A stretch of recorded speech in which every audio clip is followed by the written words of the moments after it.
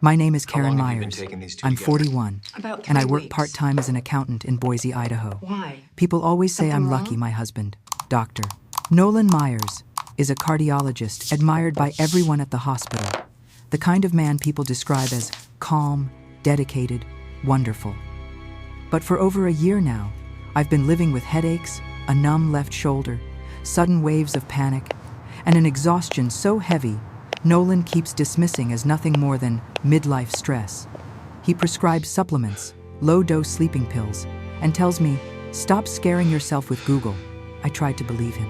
Until the day I collapsed in the Target parking lot, and Nolan, standing right beside me, just sighed and said, "It's just a vitamin D deficiency, don't worry." His reaction was so strangely calm, almost as if he already knew exactly what was happening to me.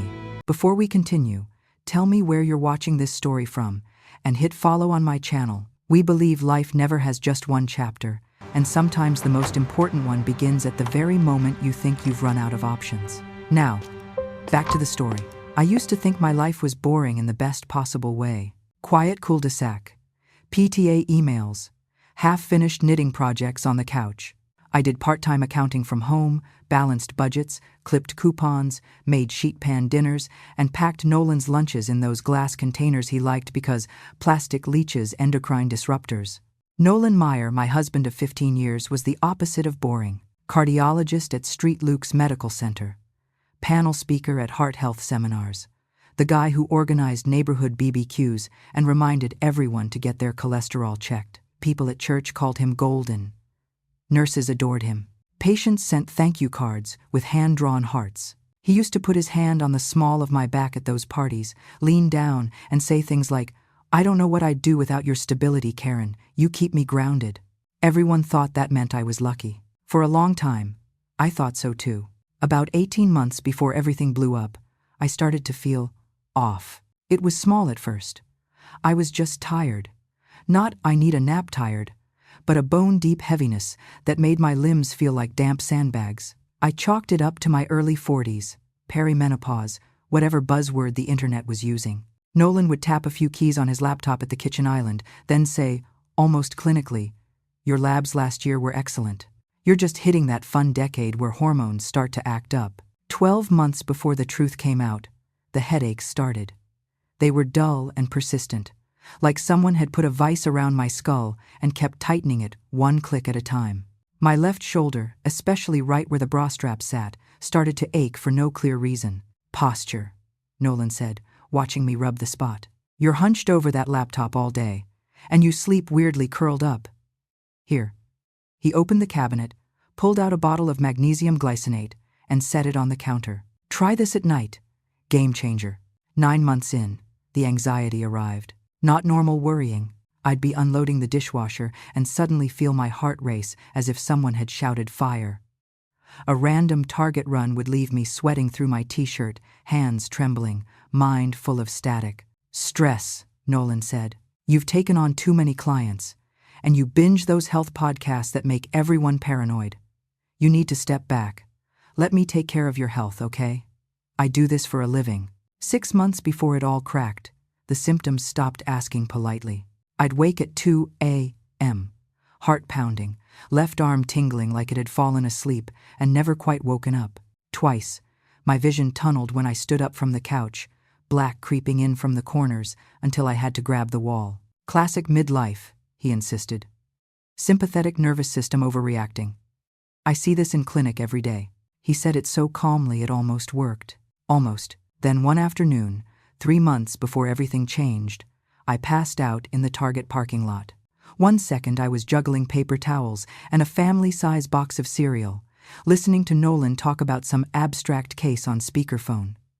The next, the asphalt tilted. My left shoulder lit up with that pins and needles fire, and the Idaho sky smeared sideways.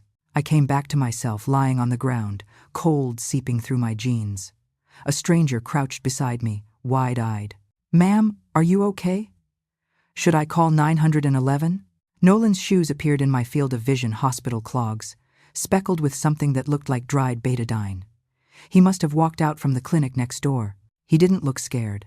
He looked irritated, controlled. His voice, when he spoke, was the same tone he used when a patient over-Googled their condition. "No, no ambulance," he said smoothly, slipping an arm under my shoulders. "Karen, hey, look at me." His face came into focus. "You probably just dropped your blood pressure a little or hyperventilated. Have you been eating regularly? Hydrating?" He helped me sit up against our SUV. My hands were shaking so hard I had to tuck them under my thighs. Something in me, something I had been ignoring for a year and a half, sat up and whispered, "He's too calm." If I had found him on the pavement, I would have been hysterical, already dialing 911. But Nolan just checked my pulse with 2 fingers at my wrist, took a slow breath, and said, "We'll get you some vitamin D. You're pasty as a Seattle winter." He chuckled at his own joke. In that moment, something shifted inside me. I realized that the person I'd been trusting with my body had an emotional reaction that did not match reality, and I couldn't keep explaining that away. I let him drive us home. I swallowed the supplements he handed me that night. I listened to him talk about sleep hygiene and guided meditation, but the tiny crack in my worldview kept widening. 1 week later, Nolan flew to Seattle for the American College of Cardiology conference. He kissed my forehead at the airport drop-off and said, "Try to unplug while I'm gone, okay? No spiraling on WebMD. Promise?" I smiled. "Promise." The minute I got home, I texted my best friend, Leah, "Hey, what was the name of that internist you saw when your primary retired?" "The one you said was annoyingly honest?" She replied in seconds. "Dr. Victor Lang, downtown. Old school, kind of grumpy, but he actually listens." I stared at the name on my phone for a long time, heart hammering. Then I made the appointment. Dr. Victor Lang's office was in an older brick building 15 minutes from downtown Boise. No spa-like waiting room, no digital waterfall, just laminated anatomical posters, a faint smell of coffee, and a receptionist who called everyone Hun. Victor himself looked like he'd been practicing internal medicine since dial-up internet. Late 50s, silver hair, wire-rim glasses, but his eyes were sharp. He didn't interrupt when I told him everything: months of fatigue, shoulder tingling, near faints, Nolan's "it's just stress" speeches. "So your husband is a cardiologist at Street Luke's," Victor said eventually, leaning back, steepling his fingers. "And he thinks this is all anxiety." "Well," I said, picking at a loose thread on my cuff, "to be fair, I do tend to overthink and Google a lot."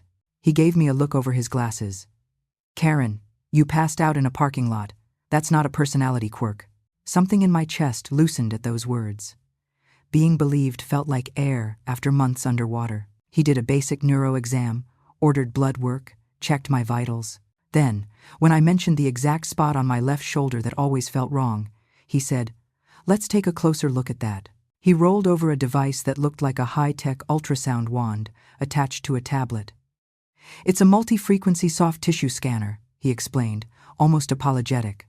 "Helps me find small cysts or foreign bodies without ordering an MRI for every ache and pain. It also has a couple of embedded radios. Sometimes I pick up weird interference from patients' wearables." I laughed weakly. "So you're going to find out my Apple Watch is haunted?" "Something like that." He smiled, then focused. He pressed the scanner gently to my skin. The screen showed layers of gray and white, the grainy world under my dermis. At first, he was relaxed, chatting about spring in Idaho, how everyone overwatered their lawns the first warm week. Then the scanner beeped. A small icon flashed on the corner of the screen. Victor's expression changed, his forehead furrowed.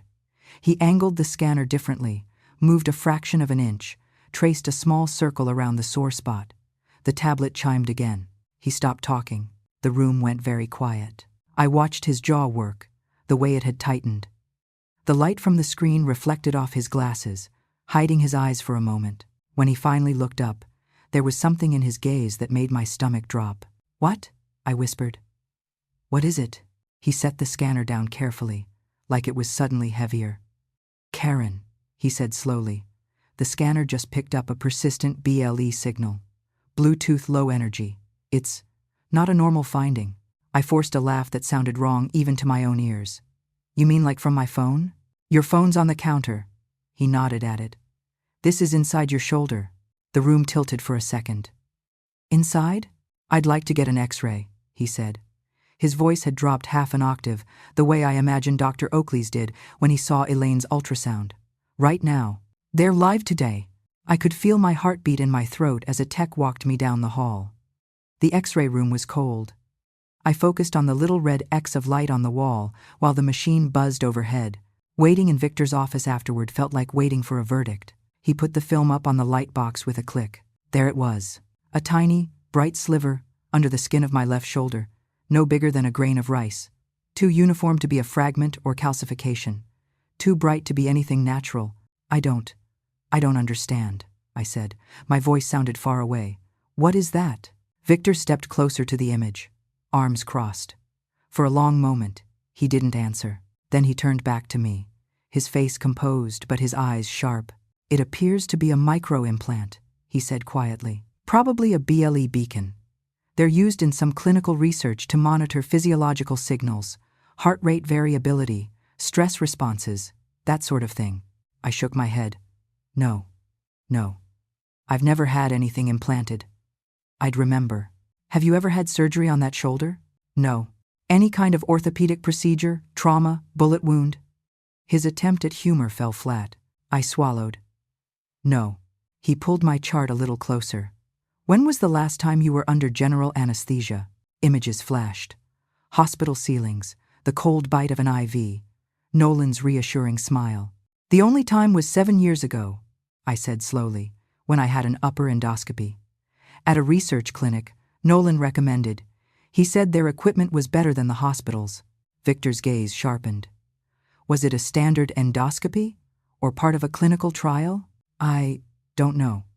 He handed me a stack of papers the morning of, said it was routine consent junk and I should sign so we wouldn't be late. I rubbed my temples. I was already nauseous and terrified. I didn't read them. He was silent for a moment, tapping his pen against the desk. Then he set it down. Karen, he said, this device is not supposed to be inside you without your fully informed consent. It's transmitting. There's inflammation in the tissue around it that could easily explain your chronic pain and possibly some of the anxiety if it's been affecting your sleep and stress hormones. My mouth had gone completely dry. Transmitting? To who? I whispered. That's what we need to find out. He leaned forward. But I want to be absolutely clear. Placing an implant without a patient's informed consent is not just unethical. It's illegal. This isn't a Fitbit. It's an invasive device. We need to get it out. And I strongly recommend we contact law enforcement. For a second, I just stared at him. A micro-implant, inside my body, broadcasting. For 7 years, my thoughts went skidding back through time, trying to find a place where this could have happened without my knowledge. Every path led back to the same room, the same day, the same man who had squeezed my hand and said, "Just sign, babe, it's standard." My husband. The idea was so monstrous my brain tried to spit it out. No, not Nolan. He would never. But the tiny, insistent voice inside me, the one that had tugged at my sleeve in the Target parking lot, whispered, "Who else had that kind of access to you?" I pressed my shaking hands between my knees, trying to steady my voice. "Okay," I managed. What do we do?" Victor exhaled. "First, we schedule a minor surgery to remove the device. I'll refer you to a surgeon I trust, Dr. Elaine Brooks. Second," he picked up the phone on his desk, "I'm calling a detective I've worked with before. This may qualify as felony battery and a violation of human subject research regulations. We're not going to pretend it's nothing." In that moment, I realized this wasn't just about strange symptoms or midlife stress. Something had been done to me, on purpose, and whoever had done it had been watching me from the inside ever since. Street Luke's outpatient surgical suite smelled like antiseptic and coffee. I lay on the narrow table with my left shoulder exposed, a blue paper drape taped around the area. The overhead LED light made everything look too bright, too clean. Dr. Elaine Brooks was brisk but kind. Late 40s, no-nonsense eyes, scrubs with little embroidered hearts on the sleeve. She'd introduced herself as Elaine, but insisted on calling me Miss Myers, which somehow made me feel both older and safer. "Local anesthetic," she said now, swabbing my shoulder. "You'll feel some pressure but no sharp pain. If you do, tell me. I'm not here to torture you." The lidocaine burned for a few seconds. Then the area went numb and distant. I focused on the steady beep of the heart monitor, the sound of metal instruments clinking softly on the tray. I tried not to picture someone else standing over me 7 years ago, instruments in hand, sliding a foreign object under my skin while I was unconscious. "Incision," Elaine murmured to the nurse. I felt pressure, not pain, tugging and pushing as she worked. My breath came shallow and fast. I stared at the ceiling tiles and counted them. 1, I whispered to myself. 2, 3. "You doing okay, Miss Myers?" Elaine asked. "I'm fine," I lied. "Almost there." A pause. Then, "Got it." She leaned out of my peripheral vision to the tray. I couldn't help it, I turned my head. On the stainless steel tray lay a tiny, silver cylinder, smeared with a thin film of blood and tissue. It really was no bigger than a grain of rice, with a faint, laser-etched serial number along one side. It looked so small, so ordinary, like something you might accidentally drop behind a couch cushion and never think about again. But seeing it outside of me, finally separate from my body, made my chest tighten. For 7 years, that thing had been riding just under my skin like a stowaway. For 7 years, I had never once known it was there. My stomach lurched. "That little guy has been busy," Elaine said quietly. She dropped it into a small, labeled specimen cup. "There's a lot of reactive tissue around it. Chronic inflammation tracks all the way into the fascia." "What does that mean?" I asked. "It means your shoulder has been screaming for help for a long time, and everyone's been telling you it's just stress." Her tone was dry, and I felt a rush of gratitude that she said it out loud. In that moment, for the first time, I understood. It was never that my body was betraying me. It was that someone had betrayed my body. After she closed the incision with a neat line of stitches, Elaine peeled off her gloves and pulled up a stool. "I took some pictures of the tissue changes," she said. "We'll send those and the device to pathology and to the forensic techs the detective is working with." 89. She picked up the specimen cup, turned it in her fingers until the serial number caught the light. "Have you heard of Sinclair Biomedical Research?" she asked. My heart stuttered. "That's where Nolan consulted. Years ago." "Why?" "Because this serial number is part of a lot that was recalled from Sinclair about 5 years back." She handed me her tablet with a screen open to an FDA recall notice. I didn't understand all the jargon, but a few phrases jumped out. Data security vulnerabilities, unauthorized data collection, human subject protection concerns. "This chip," she said, tapping the cup with a fingernail, "was never supposed to be in a person after the recall, and it was never supposed to be in a person without explicit consent in the first place." The walls seemed to inch closer. "So someone," I said slowly, "took a recalled tracking device and put it into my body during a procedure I thought was just an endoscopy." "That's what the evidence suggests," Elaine said. "Dr. Lang told me you had general anesthesia that day, yes?" I nodded, throat too tight for words. "You didn't read the consent forms," she added gently. "Most people don't. But even if there was a paragraph buried in there about monitoring devices, that doesn't absolve whoever placed this chip in you if they knew it had been recalled. At best, it's gross negligence. At worst." She let the sentence trail off, but her eyes said the rest. At worst, it was a crime. A knock sounded at the door. A woman in a blazer stepped in, dark hair in a tight bun, badge at her hip. "Miss Myers?" she said. "I'm Detective Emily Cortez, Boise PD. Mind if I ask you a few questions while you're still here?" I swallowed and nodded. The room suddenly felt much smaller. Emily sat in the chair beside the bed, flipping open a slim notebook and laying a digital recorder on the side table. She spoke calmly, clearly no drama, no theatrics. But the fact that a detective was here at all made everything feel frighteningly real. "Miss Myers," she said, "I need to establish a timeline. You said you've only been under general anesthesia once in the past 8 years?" "Yes, for the endoscopy. Nolan, my husband, set it up at a research facility his colleague ran." "Did you meet with an independent doctor about that procedure, or did your husband walk you through it?" she asked. "He walked me through it." Shame prickled my skin, though I knew it shouldn't. I signed what he told me to sign. "Do you recall anyone explaining that a tracking device might be implanted?" she asked. "No. They said something about monitoring heart rate and oxygen during the procedure, but that's just standard, right?" Emily jotted notes. "Did your husband have access to your medical records from that day?" "He had access to everything," I said. He kept all my portals on his phone. He said it was easier that way, since he understood the terminology. Her eyes flicked up at that. In the last few years, has he ever commented on your heart rate, sleep patterns, or stress in a way that seemed unusually precise? A memory surfaced. Nolan glancing at his phone during dinner, then saying, "You've been restless between 2 and 3 a.m. Again the last week. Did you notice that?" I'd asked how he knew. He'd laughed.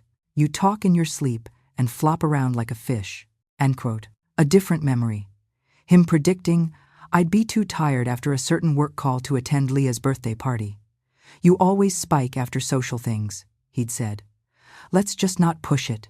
I thought he was just observant. Now, the pattern looked different.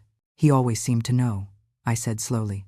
"When I was stressed or not sleeping, even when I hadn't told him." Emily's pen paused over the page. In that moment, I realized. I finally understood that he hadn't been guessing. He'd been watching. She clicked off the recorder. "Thank you, Miss Myers. We're going to subpoena records from Sinclair Biomedical and from the clinic where your endoscopy took place. The forensic techs will analyze the chip and see where it's been sending data.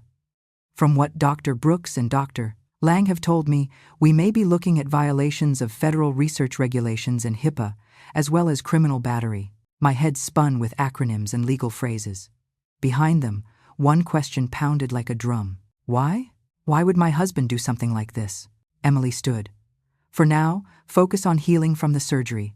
We'll be in touch as soon as we know more." As the door closed behind her, I stared at the small indent under my bandage where the chip had been. For the first time in 7 years, that spot felt quiet, like a room that had finally been emptied of an unwelcome guest. The first call came 2 days later.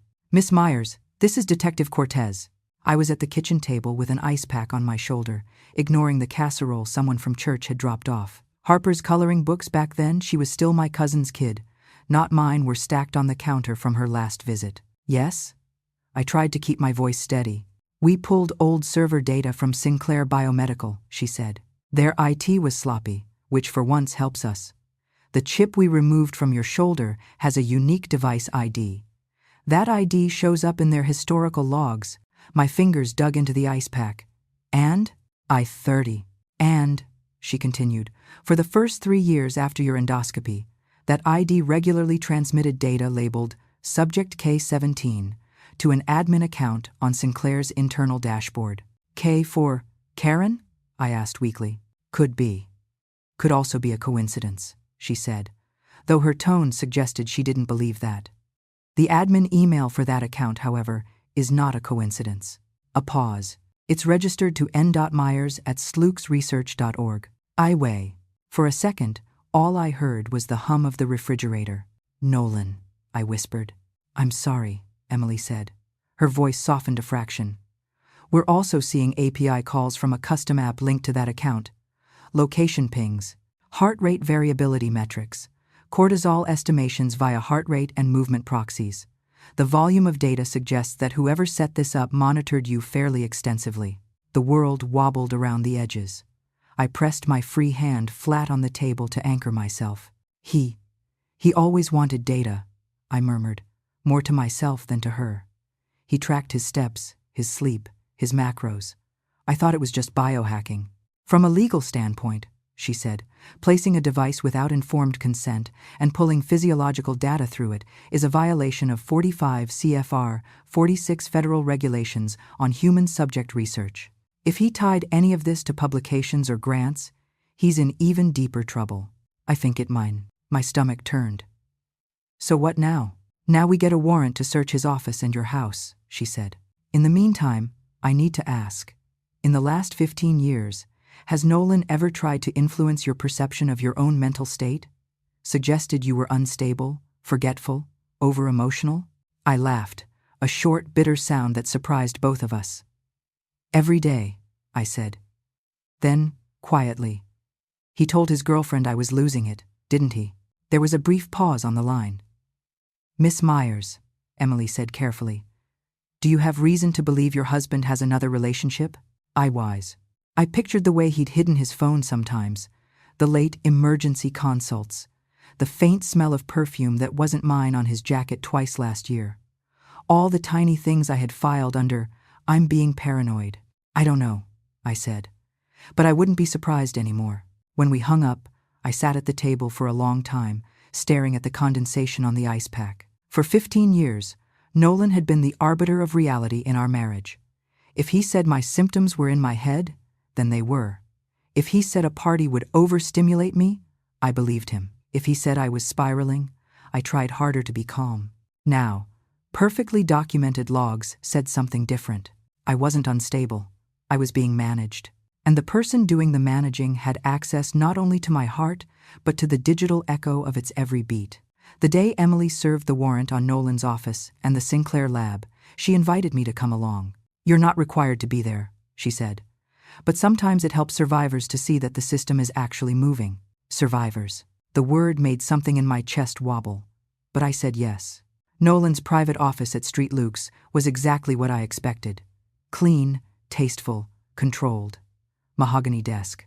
Diplomas in matching frames. A photograph of us at Cannon Beach on the shelf, his arm around my shoulders, my face tilted up, smiling at the camera like I believed the future was solid. The safe behind his bookshelf opened with the password I knew by heart. Our anniversary, month, and day. Inside, among passport wallets and a few velvet ring boxes, was a black moleskin notebook with neat handwriting on the cover. Study notes. Autonomic stress mapping. Emily slipped on gloves before opening it. I leaned over her shoulder. Each page was a grid. Subject IDs down the side, dates across the top. At the intersection of K17 and the date of my endoscopy. Implant successful, stable data stream, baseline establishing. Next to later dates, strong correlation between social events and HRV spikes. Limit external stimuli to avoid suspicion. Intervention. Encourage withdrawal from high-density interactions. My stomach flipped. Somebody had turned my life into bullet points. Emily photographed every page, then tagged the notebook as evidence. "If I didn't know better," she muttered. "I'd say he was writing a manual on how to gaslight someone using their own data."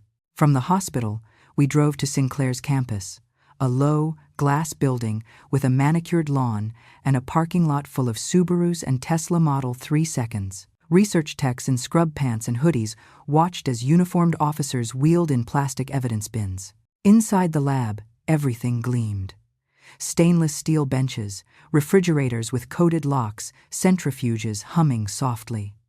It was the kind of place where knowledge was supposed to heal people. Instead, I had been hurt here.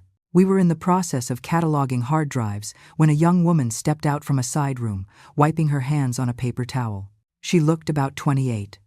Dark blonde hair twisted into a messy bun, blue scrubs, a Sinclair badge clipped at her pocket. Sophie Carter, research technician. "Oh," she said, stopping short when she saw the officers. I didn't know." Her gaze landed on me. Recognition flashed across her face. "Miss Myers," she said softly. "I've seen you in pictures." She was holding something behind her back. When she shifted, I caught a glimpse of it. A clear blue pregnancy test, the little digital screen glowing with a clear word, "pregnant." My eyes dropped to her neck. She wore a silver teardrop pendant on a slim chain, the exact style Nolan had given me on our 10th anniversary. Same shape, same brushed finish, even the same small engraving at the edge. Breathe. My pulse roared in my ears. No way. No. But the pendant glinted in exactly the same way mine did when I caught it in the mirror. On the lab bench beside her lay a keychain, a small silver heart with letters stamped into it. N+S. I actually felt something inside my chest physically clench. I had always told Nolan I hated jewelry with initials. He joked that it was tacky. Apparently it wasn't tacky with Sophie. "Miss Carter," Detective Cortez said, stepping forward. "I'm Detective Emily Cortez with Boise PD. We're executing a search warrant. We'll need you to step aside, please." Did something happen?" Sophie asked, eyes darting between us. "Nolan said he was going to call me later." She stopped herself, but it was too late. The name hung there. "What is your relationship to Dr. Myers?" Emily asked evenly. Sophie's cheeks flushed. Her hand tightened around the pregnancy test. "He's my supervisor," she said weakly. A door down the hall opened. An older man in a cardigan and khakis, one of the senior scientists, poked his head out, eyebrows raised. "Everything okay out here?" he asked. "It'll be fine, Dr. Ames," Sophie said quickly, forcing a smile. "Just some police stuff." "Ah, yes," he said, nodding. "Well, congratulations again, Sophie. Nolan told us the baby was a surprise, but a happy one." His words hit me like a slap. The baby. Emily's eyes flicked to my face, then back to Sophie. "Miss Carter," she said, "let's have a chat in the conference room." We sat around a small faux wood table. The officers waited at the door. Sophie's hands shook as she set the pregnancy test down. Is he okay?" she whispered. "Nolan. Did something happen at the hospital?" Emily turned on the recorder. "Miss Carter? I'm investigating a criminal complaint involving Dr. Nolan Myers," she said. "Anything you say here can be used in court. You're not under arrest. You can leave at any time. But I strongly recommend you tell the truth." Sophie looked between us, then at the pregnancy test, then at me. Her eyes filled. "I didn't know," she blurted. "I swear to God, I didn't know he did anything to you." A buzzing filled my head. "Did what?" I asked, voice flat. "Exactly? Did he say about me?" She swallowed hard. "He said you were struggling, that you had these episodes, that you were paranoid, couldn't sleep, obsessed with your health. He said he'd tried everything to help you, but you refused treatment." My laugh came out sharp and ugly. "Treatment," I repeated. "He said," she went on, staring at the table, "that you'd signed some research forms years ago and that you'd agreed to be part of some monitoring thing, but that you forgot. He said bringing it up made you spiral, so he didn't want to traumatize you." I felt sick. "He also said," Sophie whispered, "that he was going to leave as soon as you stabilized. He said he needed you to be calm for a while so the judge wouldn't think he was abandoning a mentally ill wife." My chest hurt. Not the floaty anxiety hurt. A real, physical ache. "Do you have children with him?" I asked quietly. She looked up, eyes wide. Tears spilled over. "A little boy," she said. "Liam. He just turned 4. We've been seeing each other for 5 years. Nolan said he couldn't divorce you yet, that it would tank his image and he'd lose his research funding. He said you'd never survive the stress." She put a hand to her still flat stomach. "And now this one." I closed my eyes for a second. While I had been lying awake at night, blaming myself for being broken, he had been starting a new family and painting me as the unstable obstacle in his way. In that moment, I realized that all the concern he'd shown me wasn't compassion. It was calibration. "Miss Carter," Emily said gently, "did you ever assist with any procedures involving Dr. Myers' wife?" Sophie shook her head. "No. I only ever saw her in pictures. He said showing me was weird, but he also, I don't know. He seemed to want me to know I was different, that he was happier with me, that I wasn't difficult the way you were." She flinched as she said it, as if hearing the cruelty out loud for the first time. Emily slid a tissue box toward her. "You understand that he used you too," she said, not unkindly.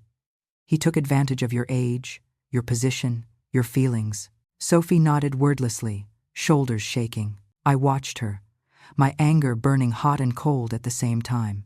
In some twisted way, we were on the same side of a line Nolan had drawn. He had just given her prettier lies.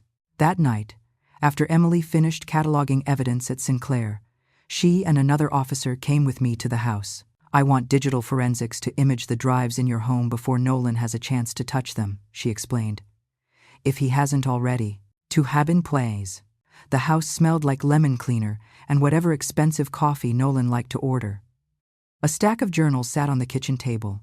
His jacket hung on the back of a chair. It looked exactly like any other Tuesday night. His laptop sat on the desk in his home office. I stared at the login screen. "Do you know his password?" Emily asked. I did. My birthday. He hadn't even bothered to be original. The desktop loaded to a background photo of the Sawtooth Mountains we'd hiked once. A folder in the corner was labeled Pulse Sync. My hand hovered over the trackpad. "Go ahead," Emily said quietly. "Just don't delete anything. Let us copy." I double-clicked. Inside the folder were subfolders with names like raw, data, analysis, scripts, Reports. I opened one at random. Rows and rows of numbers filled the screen. Timestamps, heart rate, variability indices, sleep stages, GPS coordinates. At the top of the window, a label, subject K17, stream CSV. Another file was more visual graphs and charts, color-coded. One heat map showed my heart rate variability over the past 7 years. The darker patches lined up eerily with holidays, birthdays, social gatherings. A note in the margin read, Karen spikes cortisol after social events. Encourage avoidance. Less outside contact equals fewer questions. I scrolled further. 2 a.m. Wake pattern correlated with implant ping frequency adjust, schedule to minimize suspicion. Jesus, one of the officers muttered under his breath. It wasn't just data. It was a blueprint for my life. Emails were worse. There was an entire thread between Nolan and Sophie titled Long-Term Strategy. From Nolan Myers. 2. Sophie Carter. Subject. Karen again. Using the pulse sync data, I can pretty much map her cycles now. Courts eat this stuff up. If we can show a consistent pattern of dysregulation, panic, lack of sleep, inability to function, that goes a long way toward establishing that she's not capable of making sound decisions about assets, she'll look like the unstable spouse. I'll look like the long-suffering caregiver. Another message. Don't worry about the ethics boards. Technically, she signed the consent. And honestly, this is going to help a lot of people once I get this model published. Sometimes progress is messy. My fingers shook as I scrolled. He wrote about me the way he wrote about his patients' lab values. Detached, analytical, occasionally amused. She freaked out in the Target parking lot again. I swear, if she'd smashed her head, we'd have ended up with a subdural and even more mess. The implant caught a gorgeous HRV spike, though. Can't wait to run that through the model. I swallowed hard. There were PDFs of bank statements, transfers labeled mortgage, Maple Street 529 plan, Liam Myers, life insurance premium, all to accounts where Sophie or their son were beneficiaries. Nolan had a whole other life, mapped out house, college fund, financial security. With me, everything was too expensive. Not the right time. We need to be conservative. I hadn't been the partner. I'd been the variable. Miss Myers, Emily said beside me, her voice gentle. We'll copy all of this. The emails, the data, the financial records, this is exactly the kind of evidence we need. Can you stop reading for a moment? I asked, my voice too calm. Just give me a second. End quote. She nodded and stepped back to confer with the techs. I stared at the screen, at the little blinking cursor at the end of Nolan's last email. Something hollowed out inside me. For 15 years, I had believed we were a team. Now I could see, in excruciating detail, that he'd spent nearly half that time modeling ways to make me look crazy enough that he could discard me without consequences. The house felt like a set. The pictures on the wall, the throw blankets, the live laugh love sign his sister had given us, they all felt like props in a play I hadn't realized I was in. My phone buzzed in my pocket. For a second, I thought it was Nolan. It was a text from Victor. How's the shoulder? Thinking about you today. Remember, your body was never the problem. What was done to it was. My throat tightened. For the first time in months, maybe years, I let myself cry. Not the panicky sobbing Nolan called overreacting, but long, quiet tears that soaked my shirt and made my ribs ache. I wasn't just grieving the marriage. I was grieving the version of myself who had believed she was safe. Emily scheduled the formal search of the house for the next morning, but Nolan came home early. I heard the garage door open as I was on the phone with her, confirming times. Miss Myers, we'll be there at 9 sharp. The door from the garage clicked. Keys jingled. Nolan's voice floated down the hallway. Karen? Hey babe, I'm back early. Got you something. My blood ran cold. He's here, I whispered into the phone. Emily's tone changed instantly. Do not confront him alone, she said. Step outside if you can. My unit is 5 minutes out. Karen, do you hear me? I did. But another part of me, the part that had been silenced for years, wanted him to see. I hear you, I said. Hurry. I hung up. Nolan appeared in the doorway of his office, carrying a bouquet of white tulips. The irony almost made me laugh. I had told him years ago I hated tulips. He'd forgotten. His smile froze when he saw the laptop open. Pulse sync on the screen, the specimen cup with the removed chip sitting on the desk beside it. For a heartbeat, we just stared at each other. Then his face drained of color. "Karen," he said, the word coming out strangled. "What? What are you doing?" I picked up the little plastic cup, holding it between thumb and forefinger. The chip clinked softly against the side. "Returning your equipment," I said. My voice sounded like it belonged to someone else, steady, distant. He set the tulips down too fast. A few stems snapped. "Where did you get that?" he demanded. "Who've you been talking to?" "Dr. Lang," I said. "Dr. Brooks, Detective Cortez. Oh, and apparently the FDA and the Office for Human Research Protections are going to want a word, too." He blinked, then regrouped. I watched the shift like I was watching him adjust dials on a machine. His shoulders relaxed, his face softened. He took a step forward, palms out. "Karen, honey," he said, slipping into his soothing doctor voice. "You're getting carried away. That was part of a monitoring trial. You signed the forms." I signed a description of a standard endoscopy. I cut in. "Not let my husband implant a recalled tracking device in my shoulder and use it to build an algorithm he can publish while he monitors my every move." He flinched, just barely. "You're remembering it wrong," he said quickly. "You were anxious that day. You've always been." "No," I said. "What I've been is trusting. There's a difference." His eyes darted to the laptop screen, where one of his more damning emails was still open. "I can use her dysregulation during the divorce." I could almost see him calculating. "Karen," he said, voice tightening, "you have no idea what you're poking at. Those files are taken out of context.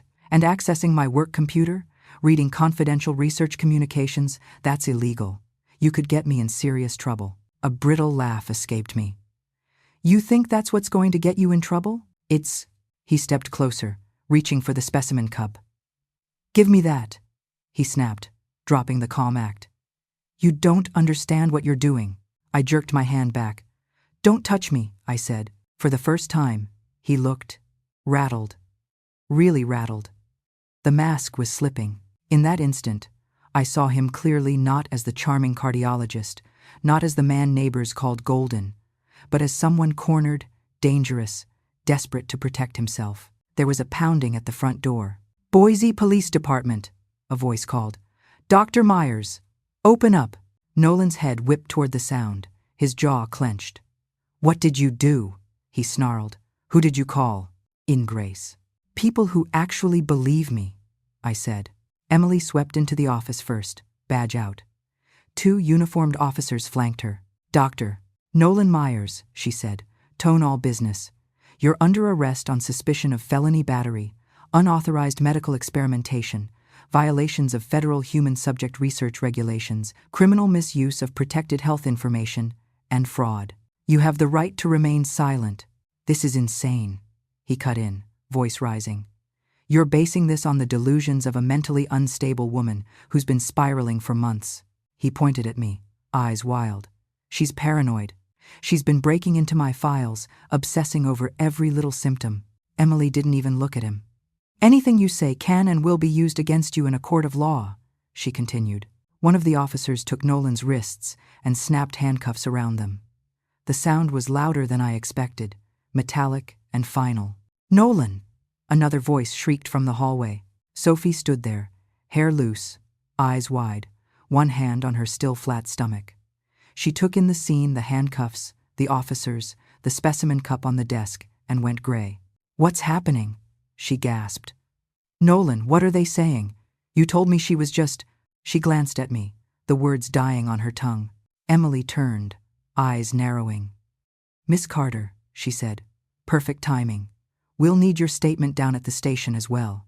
Sophie stared at Nolan, tears spilling over. Did you really put something in her?"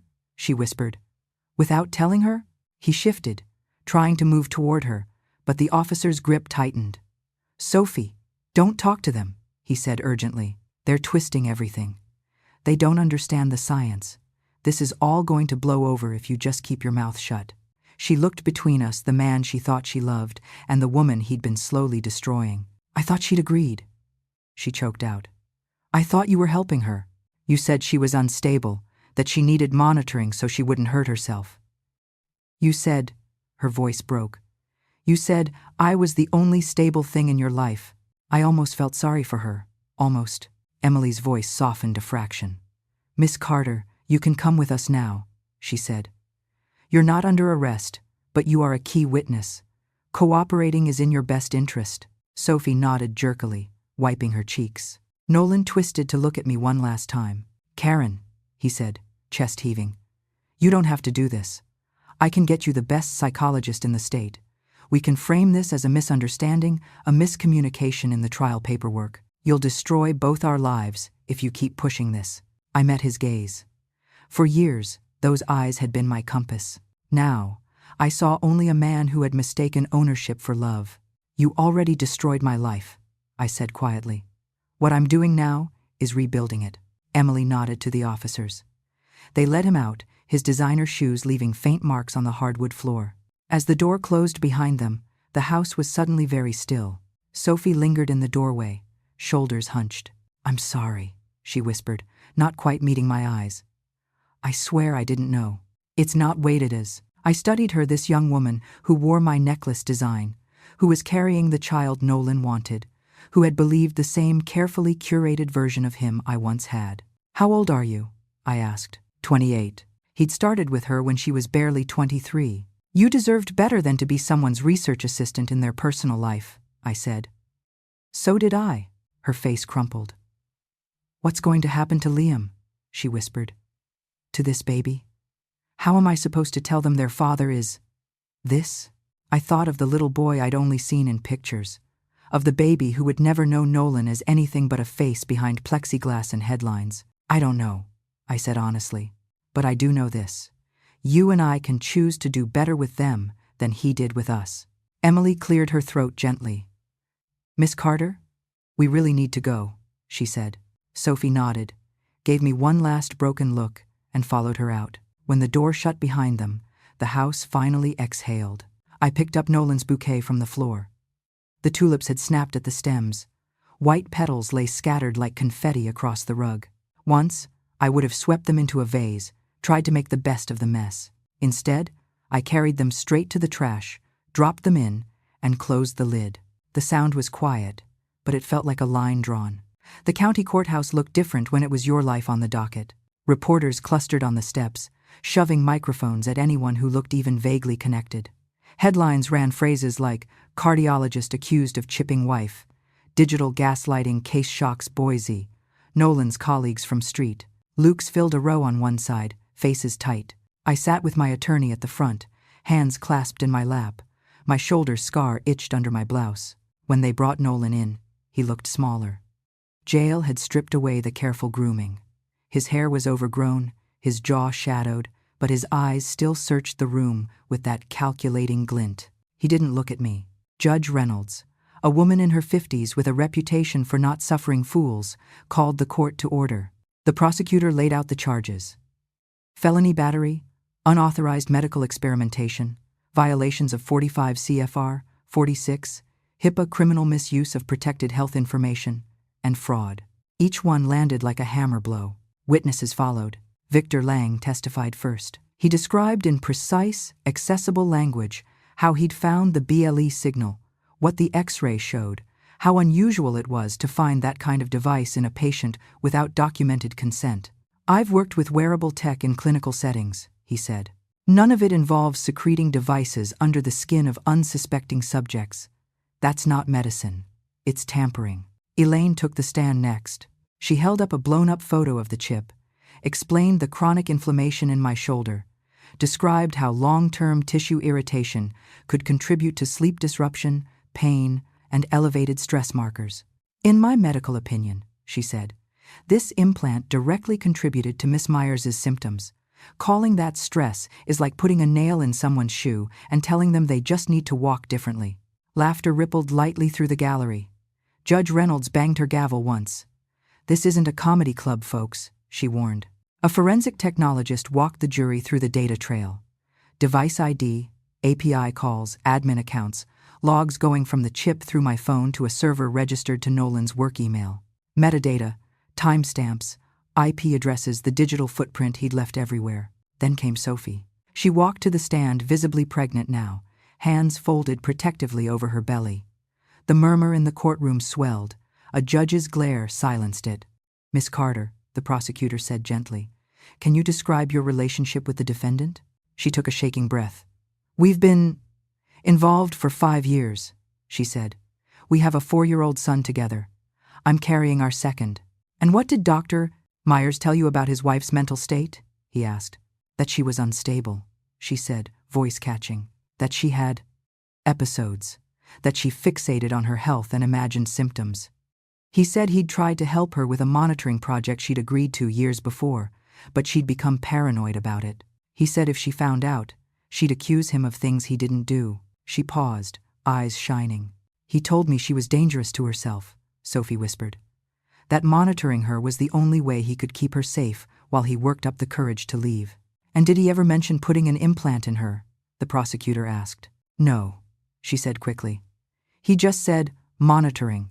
I thought it was like a smartwatch or something." She swallowed. "If I had known he put something under her skin without her consent, I would have left. I didn't know.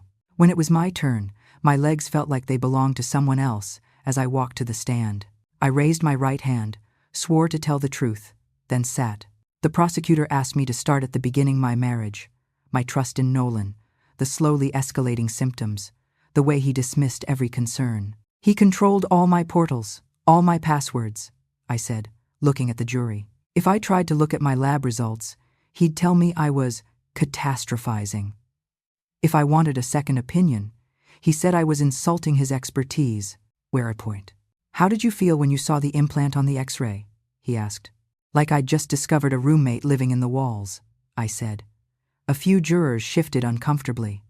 "And when I found out that the person who put it there was my own husband," I trailed off, swallowing. For a moment I just listened to my own breath in the microphone, the faint hum of the air conditioning. "In that moment," I said finally, "I understood that the person I'd been asking for help had been the source of my harm. That every time he said, 'It's in your head,' what he really meant was, 'It's in your shoulder.' And I put it there." I told them about waking up at 2 a.m., about Target, about his calm voice over my panic, about the way he'd positioned himself as my interpreter, my translator, my reality check. I told them about the dashboard in the Pulse Sync folder, the way my life had been reduced to lines on a graph. "I spent years thinking I was weak," I said, forcing myself to meet their eyes. "That if I were stronger, I'd handle stress better. That if I were more grateful, I wouldn't feel broken. I tried meditating, journaling, yoga, every self-help trick you can find. Nothing worked." My voice wobbled.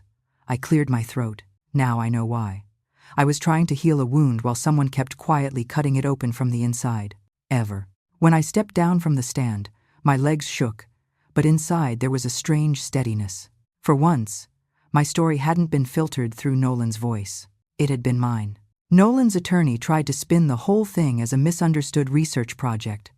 He painted Nolan as a brilliant but overworked doctor who had cut corners in the name of science. He suggested I'd misinterpreted the emails, that Sophie was emotional and confused, that I was exaggerating my symptoms for attention. The evidence didn't care. The data logs, the signed device recall notices, the research notes in his own handwriting, the financial transfers, the implant in the evidence bag. The jury deliberated for 3 hours. When they came back, no one breathed as the foreperson stood. "On the charge of felony battery," she read, "we find the defendant, Dr. Nolan Myers, guilty. On the charge of unauthorized medical experimentation, guilty. On the charge of violating federal human subject research regulations, guilty. On the charge of criminal misuse of protected health information, guilty. On the charge of fraud, guilty." Each guilty landed like a stone dropping into water, sending ripples through the room. Nolan stared straight ahead, jaw clenched. He didn't look at me. Judge Reynolds sentenced him to 6 years in federal prison, permanent revocation of his medical license, and significant financial penalties to cover my medical costs, therapy, and damages. His lawyer muttered something about an appeal. No one looked convinced. As the bailiff led him away in handcuffs, Nolan finally turned his head. His eyes searched mine, maybe for the woman who used to stand beside his hospital bed after long shifts, bring him coffee to his office, laugh at his bad jokes. She wasn't there. Whatever version of me had needed his approval had been excised, just like the chip in my shoulder. What was left was someone he would never recognize. A year later, on a mild Idaho afternoon, I stood in my backyard watching my daughter fly. Our yard wasn't big, just a patch of grass, a raised bed with tomatoes, and a wooden swing set Victor had assembled over a weekend. The sky was that endless western blue with a smudge of clouds over the foothills. Harper, 6 years old, hair in messy pigtails, kicked her legs as she swung, sneakers brushing the warm air. "Higher, Mommy," she squealed. "Higher." "Hold on tight, baby girl," I called, laughing. "You're not launching to the moon today." Her giggles floated back to me. The sound was a tiny miracle every time I heard it. Harper had been my cousin's daughter before cancer took my cousin too fast, too soon. Grief and paperwork and family meetings later, I'd woken up one morning and realized I could be the one to give her a home.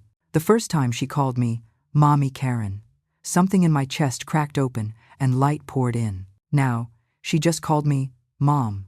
Victor walked out of the house carrying 2 mugs of coffee, his tie loosened, sleeves rolled up. He'd gone back to work part-time after all the media chaos died down. He still spoke at ethics panels now, though about my case, about the line between research and abuse. "Her form is excellent," he said, nodding toward Harper. "We might have to enroll her in competitive swinging." I bumped his shoulder with mine. "That's not a thing. Not with that attitude." He handed me a mug. "How's the shoulder?" "Itchy when it's going to rain," I said. "But otherwise? Good." Medically, the outlook was clear. The inflammation around the implant had resolved. My labs were normal. I slept through the night more often than not. The constant hum of wrongness in my body was gone. Emotionally, well, healing wasn't linear. Some days I moved through the world with a quiet, fierce joy. Other days, a smell in a hallway or a monitor beep could yank me back to a hospital ceiling and a consent form I hadn't read. But I had therapy now. Friends. A detective who still checked in on birthdays. A surgeon who sent snarky holiday cards. A daughter who dragged me into the present with sticky hands and school art projects. And Victor. What started as follow-up appointments turned into coffee offers, for purely professional purposes, obviously, which turned into long walks by the Boise River, which turned into him sitting on my couch, assembling IKEA furniture while Harper narrated. He never rushed me, never told me to move on or get over it. He just kept showing up, in small, steady ways, until one day I realized I didn't flinch when he reached for my hand. "Sometimes," I said now, watching Harper, "I still think about how many years I lost." Victor was quiet for a moment. "You didn't lose them," he said. "You survived them. That's not nothing." I took a breath, feeling the air fill my lungs, my ribs expand. In that moment, I realized something simple and enormous. Nolan had taken a lot from me: time, trust, bodily autonomy. He had chipped away at my sense of self, charted my stress like it was a variable to be optimized, treated my life as a data set to exploit. But he hadn't taken everything. He hadn't taken my capacity to love. He hadn't taken my ability to start again. He hadn't taken my right to listen to that small voice inside me that had whispered, in a Target parking lot, "Something is wrong. Get help. Now." That voice was louder. It said, "You are here. You are whole. You are not crazy for insisting that your body belongs to you." "Mom!" Harper yelled, dragging me back to the present. "Watch this." She launched herself off the swing at its highest arc, landing in the grass with a triumphant thud, arms thrown wide. My heart leapt into my throat, then settled when she popped up, laughing, bits of grass in her hair. "I'm okay," she announced, as if reading my mind. I laughed, a real laugh, full and unrestrained. "I see that," I said. "Nice dismount, kiddo." Victor shook his head in mock dismay. "She's going to give us both heart attacks," he murmured. "Maybe," I said, sliding my hand into his. "But at least now, if my heart races, I know it's because of something real." He squeezed my fingers. Inside the house, my laptop sat on the kitchen counter. The Pulse Sync folder was gone, long since handed over to lawyers and regulators. In its place were spreadsheets for PTA fundraisers, recipes, Harper's school calendar. My body felt like my own. My life felt like my own. And as the late afternoon sun turned the backyard golden, I understood something else. I had lost a marriage built on control and surveillance, but I had gained something far more precious: the freedom to inhabit my own skin, my own choices, my own quiet, ordinary joys. That's what I hold on to now when memories creep in at night. Not the image of Nolan walking away in handcuffs, but the image of my daughter, midair, laughing as she flies, utterly certain that when she lands, someone who loves her for real will be there, watching, cheering, letting her be free. That's the family I have now. That's the life I fought for. And if there's one thing I want you to take from my story, it's this.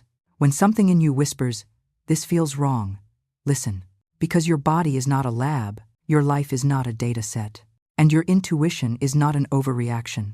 It's the first and fiercest guardian of your truth.